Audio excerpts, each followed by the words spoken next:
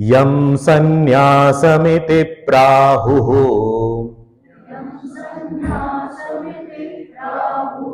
योगं तं विद्धि पाण्डव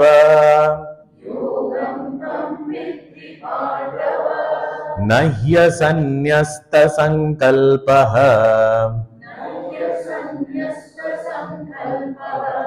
योगी भवति कश्चन.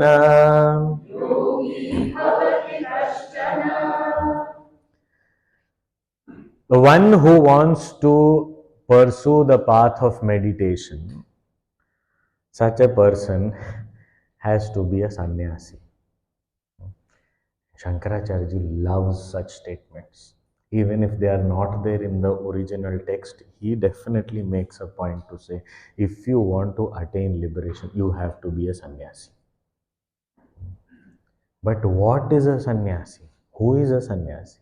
What is that spirit of sannyasa? Here Bhagavan Shri Krishna is saying, Yam sannyasam iti prahuhu. Hey Pandava, hey Arjuna, that which is called as or known as sannyasa, yogam tam vidhi. Know that alone to be yoga also. Know that alone to be meditation also. So what is that path of meditation? Sannyasa. Why are you saying that? So non-sannyasi cannot walk the path of meditation, cannot practice meditation. So he's saying, Nahi asanyasta sankalpaha. The one who has not given up fanciful thoughts and imaginations and that which leads to desires, such kind of sankalpa means fanciful thoughts. Sankalpa in Sanskrit has two meanings. One is a resolve. Like when we do puja and all, we chant the sankalpa. That sankalpa means what? I am determining in my mind that this is the purpose for my puja and I want to attain this through my puja and therefore I am performing this puja. Whereas that is a resolve. Whereas here in this context, the sankalpa word means a fanciful imagination or a thought, which looks very, very innocent and basic. Like sometimes I just, this often we have few minutes and then somebody is going to come and I'm waiting for that person. So, okay, let me just go window shopping. The window shopping is a very dangerous activity. Because I see. I'm not going to buy anything. This is nice. Huh? How much is this? Not bad, quite reasonable. Nowadays so much of this will be good. It will be a good addition to my home. But anyway, I don't have to buy. Okay, and then that person comes, meeting done, everything done. I come back home. Then while lying on my pillow, there was only one piece on display. I don't know if it is still there. I still think that it will be a good thing and very not desire prompted. I feel it is my duty to buy it. For the convenience of my family, I am thinking. I don't want it. I feel it will be good. I think some fancy started. It may not crystallize immediately, but it will go on and on in the background. Then again I pass by. Still there. Thank God. Still there. Let me. And then the shopkeeper also has studied the Gita. So he sees, So he come inside. No. So no, I don't want, No, come. You can see it. Just seeing is not going to cost you anything. You can touch it. You can take it in your hand. It will not cost you anything. So now one sense, then two senses. He will also do Stuti, Kirti Ganam. He will also start praising it. It is so good and it will change your life, the way you live. And then you take it in your hand. So more sense organs are involved. So good. Yes. So see, lightweight. So nice. Just suitable for your home. Just imagine if it is kept, That is so true. Yes. Now what happened? That sankalpa slowly turned into desire. That now I want this. Even let us say I have lot of willpower, I leave it there. I say, no, I decided I will not buy, I will not buy. But that desire is not going to let us rest. It will keep on gnawing me from inside. You should have bought it. It was there in your hand. You know it is reasonably priced. Where will you get like this again? And what if somebody buys? Tomorrow, first thing in the morning, you should go and do that only. I want it, I want it. Even then, let us say I control myself. Then I start looking at that place where I imagined it to be. It is not here. It is not here. But it was never there. No, but in my imagination, it had come already. It is not here. See, solution to all my problems, antidote to all my sorrows is that one object. I have to buy it. I have to buy it. I go there, I buy. The shopkeeper said, good. Bhagavad Gita is really effective. Then we buy, he says, this is the last piece. Good you came, because someone else also was eyeing it. Good you came. He gives us, we are so happy that I got the last piece. A little bit of that, joy of others not getting it also I carry. And then I bring it. And as soon as I am out of sight, the shopkeeper takes one more and puts it there. Because he has a stock. But he tells everyone, last piece, only one, limited edition, take it. Who is going to go and check? Only 1,000 such are made in the whole world. Are you going to go and check 1,000? Tell me which are the 1,000 people who have it. So we feel this. So this sankalpa, it starts off it is nice.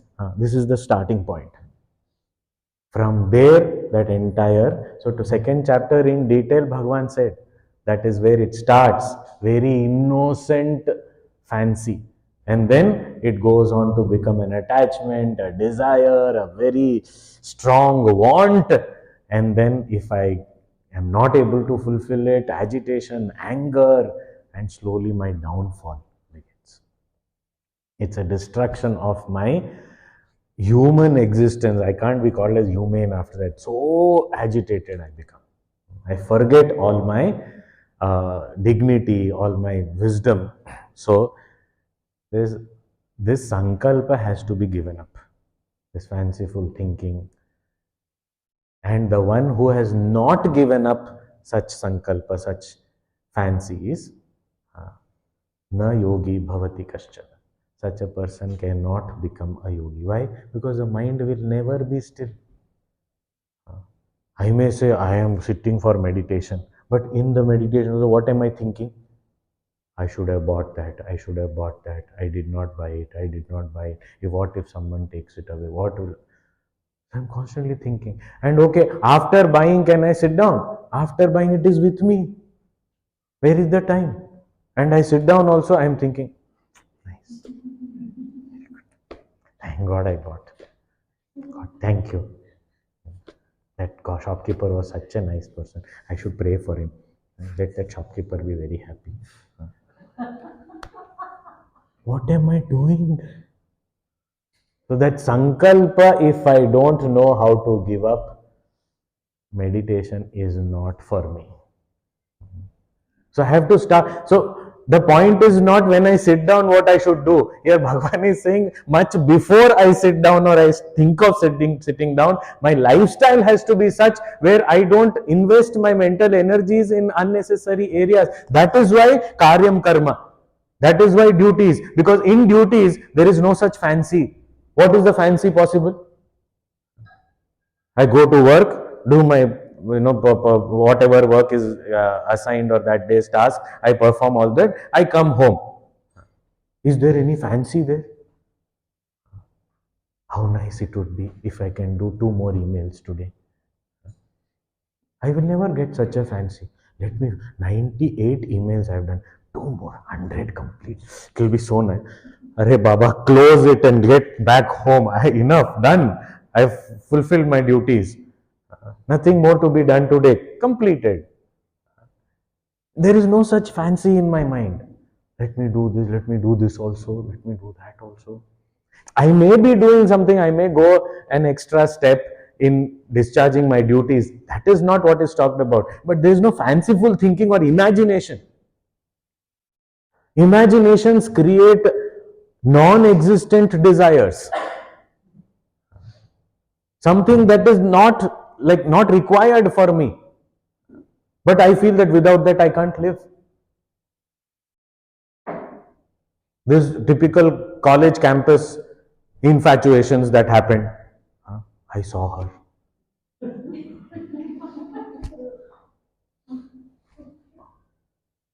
Then after that, she didn't come to college. I inquired what happened. Her friends informed me that she has a headache. By afternoon, I have a headache. So much of identification. When somebody asked, did you meet her? Never met. Did you speak to her? Never spoke to her. What happened? But we love each other. I know that very well. How do you know? And how are you speaking for her also? I am sure. हम बने तुम बने एक दूजे के लिए. I know it very well. It is all happening in the imaginary world. This is all my fanciful thinking. That girl may not even know the existence of me. That such a boy is studying on the same campus, is in the same college. She may not know also. But I have imagined so many things. It is my fanciful thinking. And all love of this world towards the objects is all like that one-way love only. In Mahabharata, this is said that the love for wealth, it is a classic example of a one-way love. Does wealth love you? Does the money that I have love me? No. Is it loyal to me? It is my hard-earned money, so the money is loyal to me. One thief comes, takes away everything, that money goes with him. My hard-earned money, I worked so hard to get you. Are you not loyal to me? No such loyalty, no such love from that side. But from our side, so much of energy that I am investing in that. So this sankalpa is the starting point of all these desires, all these so-called relationships that I am building in the world, which are pseudo relationships. Nahi asanyasta sankalpaha yogi bhavati kaschana. No one can be a yogi, no one can practice meditation if one has not given up this habit of fancy, entertaining such imaginations. Because as soon as I start imagining, the whole world, the publicity of the whole world is dependent on this only. I may be watching a program on the phone or on the TV or something. Suddenly that ads and all come. They come. What do we actually look at the ad and immediately go and buy? No. But that ad creates one sankalpa in my mind. This is nice. That is enough. They have succeeded. And for that they need 30 seconds only. They don't need a long. So ads will be all 20, 30 seconds, 40 seconds. That's all. They don't need longer time to create that. And then as many times it is repeated, so much deeper that thought takes root. And then it becomes a desire. Then I start only thinking about it. I am trying to sleep, that only comes.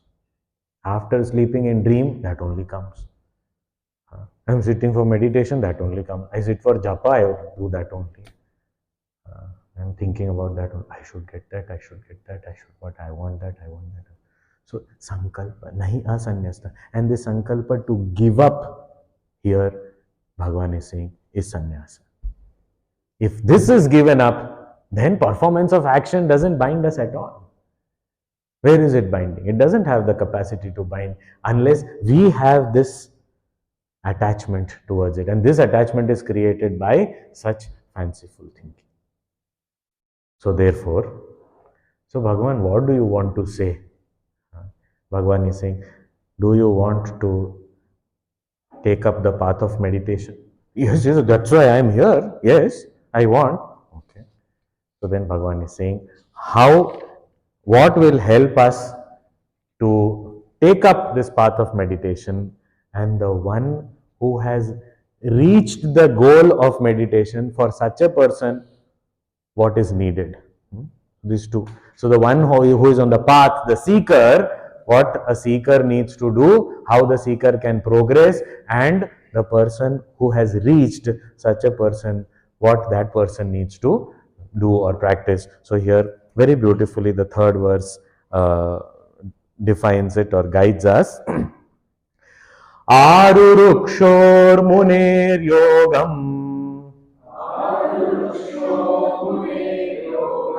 कर्म कारणमुच्यते योगारूढस्य तस्यैव शमः कारणमुच्यते.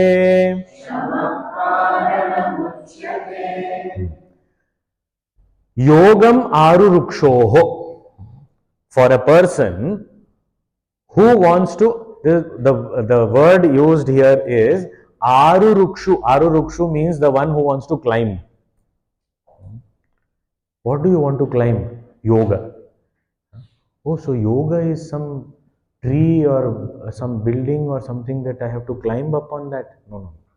Climb means the one who wants to practice meditation, elevate oneself, lift oneself from this lower state of existence, of this being, involved so much and attached so much with the worldly ties. One who wants to uplift oneself, one who is desirous of doing that. Arurukshu.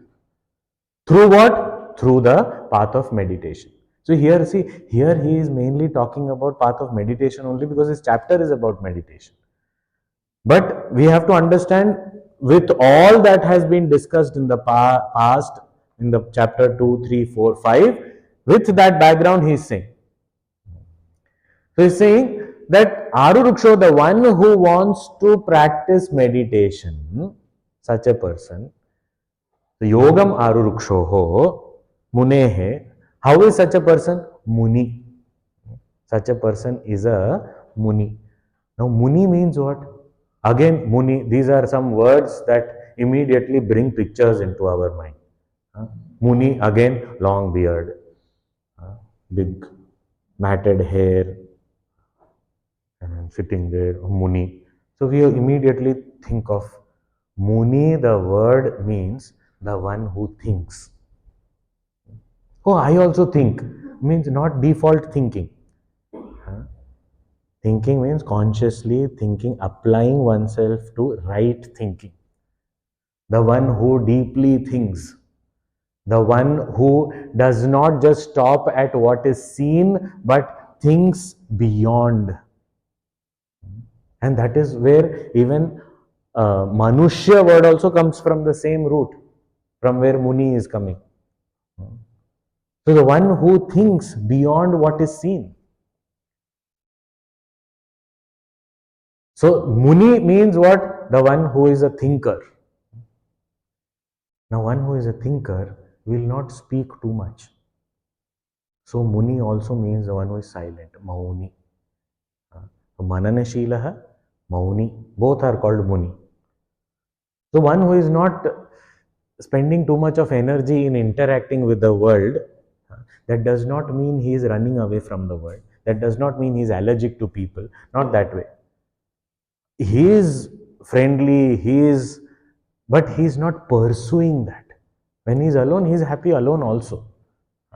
For us, the problem is people are there, we are happy. If nobody is there, then we tried what to do. Okay, call somebody or go somewhere. Immediately, we are not happy with ourselves. So Muni, the one who is happy with himself and who is enjoys solitude and silence, the one who is a deep thinker, thinking in the right direction. So such a Muni who is desirous of. So then the guidance here given is, if you want to go on the path of meditation, you should be a Muni. So don't spend too much of energy in external interaction. It is a very interesting thing. There was a very successful leader, I think some president or someone was there. Uh, Actually, a school principal talked about this, that this president was very busy. So many people used to call on him. They used to, call on the phone also, come in person for meetings, and used to be like back to back. He would be busy with so many things. But he used to like quickly finish off all his meetings and okay next, and he used to even on the phone call also he used to quickly conclude. So then someone who was struggling with a similar situation, a friend of his, he asked that how do you do this? So many people call you, especially phone calls, and also it goes on and on. I am not able to, if I put down, then I feel that I was rude to them. But how come you manage so well that you quickly finish off everything and then just, so that time this person said that you take a long time in conversation. Yes, yes, it takes very long. So then he said, which means you must be speaking. It is not the other person speaking as much as we speak. So immediate, and it, when I heard this, it immediately, hit me. That is so true. It is not that the other person, we can't blame anybody in the world. Oh, this person keeps on talking, what to do? I am talking. Sometimes you should know when to talk and when not to talk also. So I said, what about that? Started again. So it is sometimes that speaking also some kind of discipline. It is not that I don't speak to people. It's not that I am not congenial. Not that way. It's not I am running away. Not that way. But to be able to understand where my energies need to be directed. So such Muni, Yogam Arurukshoho, one who is desirous to walk this path and uplift oneself through meditation, such a person, how can that be possible? Here Bhagavan is saying, Karma Karana Muchyate. How? Karma. Which type of karma? Anashritah karma phalam karyam karma. That karma. Duties with the attitude of dedication, without the anxiety of the result, cheerfully accepting whatever comes. So this karma means karma yoga is the path indicated for even meditation to take place. And it is so logical and practical. Let us say, many of us or most of us may be making these, to-do lists. Morning we say that these are the things I have to complete today. Now, if I have a to-do list and I keep, how will it get completed? I have to do. So I keep one after the other, I keep on completing tasks. Let us say two tasks were left. I could not finish it. Okay, so usually what happens, I carry it forward to the next day. Okay. Now I practice meditation little bit. Guidance will come. We practice in the morning, let us say. In the morning I wake up. And right from waking up, oh, yesterday's two are remaining, and today's again more are going to get added. When will I do? Yesterday whole day I worked and still I could not complete everything. Today I will do. Now, when will these thoughts come? Not when I am consciously engaged in anything. Because when I have my milk and toast, I am consciously engaged. It is burnt a little bit. Get one more. The milk, some more sugar is required. This is. I am consciously engaged. But where I am My guards are down. Yesterday's 2 tasks also remaining. Today also so many things to do. When will I do? I have not completed my duties. That becomes the main thought. I am not able to practice meditation. Even if we do in the evening also, same thing was going to happen. Because I did not do. But one karma karanam uchyate. When I have discharged my duties diligently, then what happens? None. So now my mind is free. It is a Muni's mind. Means it is available for thinking. It is available for engaging myself. It is available to be withdrawn from the field and invested within. So I can do it. So it is a practical part. Arurukshor muner yogam karma karanam uchyate. So for us, all of us seekers who are desirous of uplifting ourselves through the path of meditation, karma yoga is advised.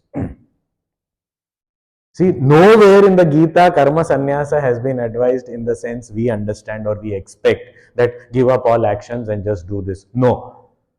Actions are not to be given up. If at all anything has to be given up, it has to be the insistence on the result and only performance of duty and not the desire prompted action. If I can just give up those things, then karma karanam uchyate, then I am eligible for meditation. And what about those people who have uplifted themselves? Yoga arudhasya tasyeva. Yoga aruda. Aruda means already climbed up. Means already reached that goal of meditation. For such a person, what is to be done? Now for such a person, more karma is not required. For a realized person, there is no karma required. Then what? Shamah karana muchyate. Peacefully sit. Now don't let the mind again wander here and sit there. That's all. Anyway, once we reach there, the mind is not going to wander. But just be there. For example, if we are trying to, mount a horse. So, horse, everyone may not have experience, but a bicycle, a bike. So, if you want to climb on it, so, sometimes what we used to do is we used to put one foot on the pedal, and then by the time the pedal comes down, you have to take the other foot and go around, other leg and go around and then sit. So that for that, initially you have to kick the ground, and then just sit. Even horse also similar type only. You have to put one foot on that saddle pedal, and then the horse is already in motion. So you just kick, tuck, side. Now the one who wants to sit up, who wants to climb, such a person has to kick, jump and mount.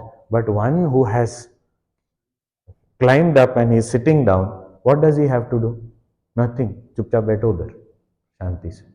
Don't come down. That's all. Don't fall. Remain there. That's all. So yoga rudasya tasya eva shamah karanam. Then nothing. Shama, shanti. That's all. Just be there. Now the beauty of this is Arurukshu, the first statement, the first line, the first half of the verse is talking about a person who is desirous of uplifting oneself through meditation, and the second line is talking about the person who has uplifted, succeeded in that path of meditation. Now in this, the connection between these two, these are not two disjoint statements. In the second line there are two words called tasya eva. This tasya eva connects these two and saying the one who is desirous of uplifting oneself through the path of meditation has to perform this karma yoga, giving up insistence on results and desire fulfillment. That same person will succeed in uplifting oneself through meditation. Means if we do the first line, the second line is an outcome as a result. It will happen. So after that, I don't have to do anything. For example, I want to go to the terrace. What do? I climb. So for the person who is desirous to go to the terrace, not yet reach the terrace, climbing is required. Karma, you have to perform that action. But one who has reached the terrace, then for that person there is no more karma required. You have reached. Destination is there. Then now there is nothing more to be done. So Shama, peacefully sit there. You have reached there now. But that is not the ultimate destination. Then. For us, then we say, now I want to go down. Okay, go. But this terrace, once you go, you don't have to go anywhere else. Oh, okay. So then, when will I become that yoga aruda? When will I reach that state where I have achieved the goal of this? When will that happen? We are not interested in doing what we are asked to do, but we are interested in the result. When will that happen? How long do I have to do this sadhana? How long should I practice karma yoga? When will this happen? Bhagavan need not say that, but Bhagavan is compassionate. Said, okay, if that inspires you to do, then let me tell you when will that happen. So he's saying, Yada hinendriyartheshu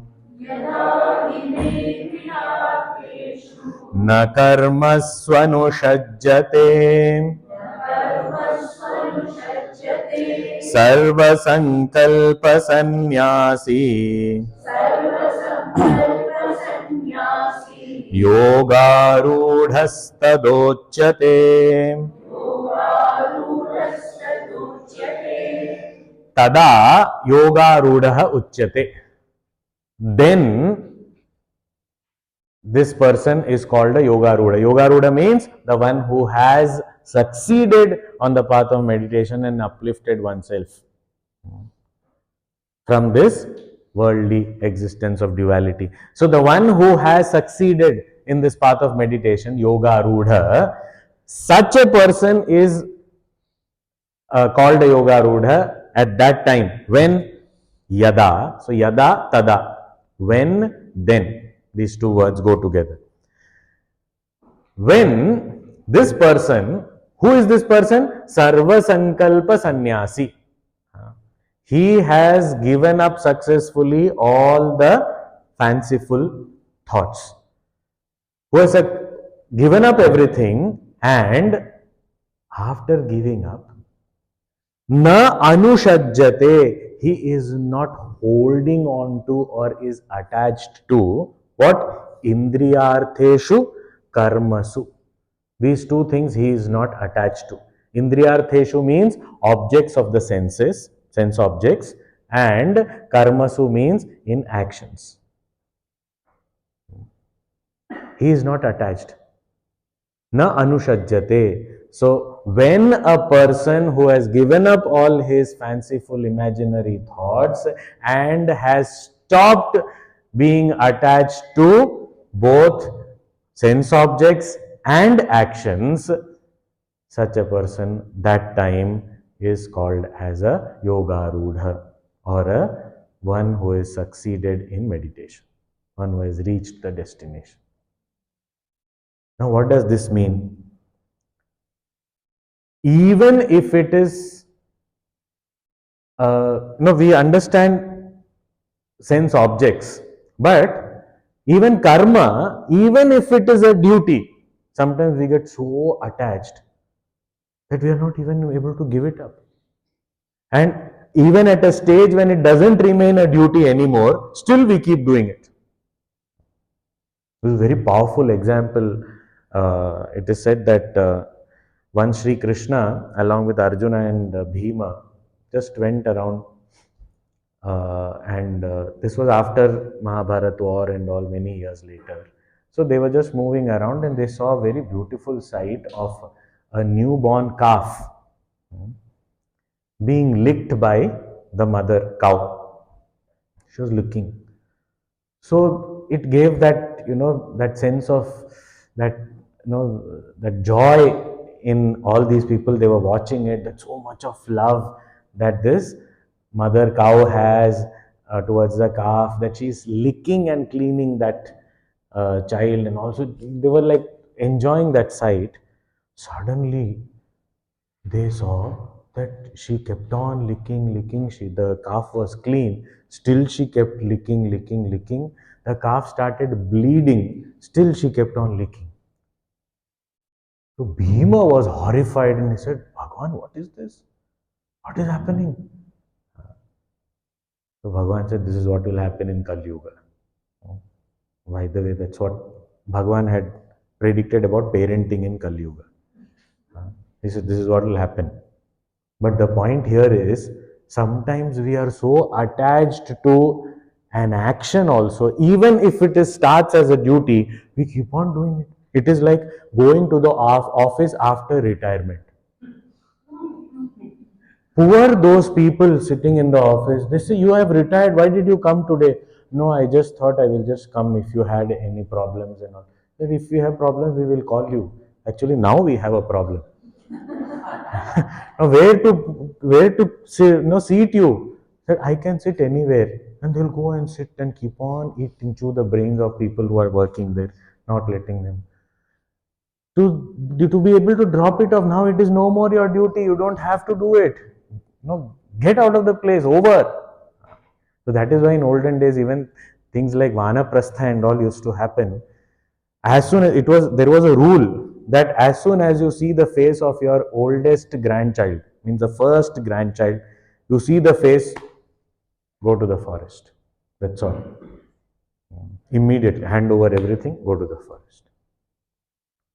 So that renunciation, that sannyasa of not just sankalpa but also karma, unnecessary karma, even beyond a limit, duty also is unnecessary. Because then it doesn't remain a duty. If it is a duty, it should continue. And similarly, indriyartha, vishaya, all these sense objects, being engaged in this. So all these are holding us back. But the one who has been freed of these attachments, na anushajyate, and is able to get rid of all these fanciful thoughts, sankalpas, such a person is called yoga aruda. So till such time, I have to keep doing my karma yoga. So we should not imagine, I think I am a yoga aruda today onwards, so I think I don't have to do anything. No such imaginations. So you have to, that is why, and if this definition is difficult, Gurudev's definition is even easier. Somebody asked, how long should we do sadhana? Gurudev said, till you keep eating. So the day you stop eating, you can stop sadhana. Eating is a duty. It is there. So do. So other duties also are there. So we have to keep doing till we reach there. Who will help us? Who will help us in this endeavor? Now tomorrow we will see that. Who will help us in this endeavor to uplift ourselves? So we will see that tomorrow. Om Purnamadah Purnamidam Purnat Purnamudachyate Purnasya Purnamadaya Om Shanti Shanti Shanti Hari Om Shri Gurubhyo Namaha Hari Om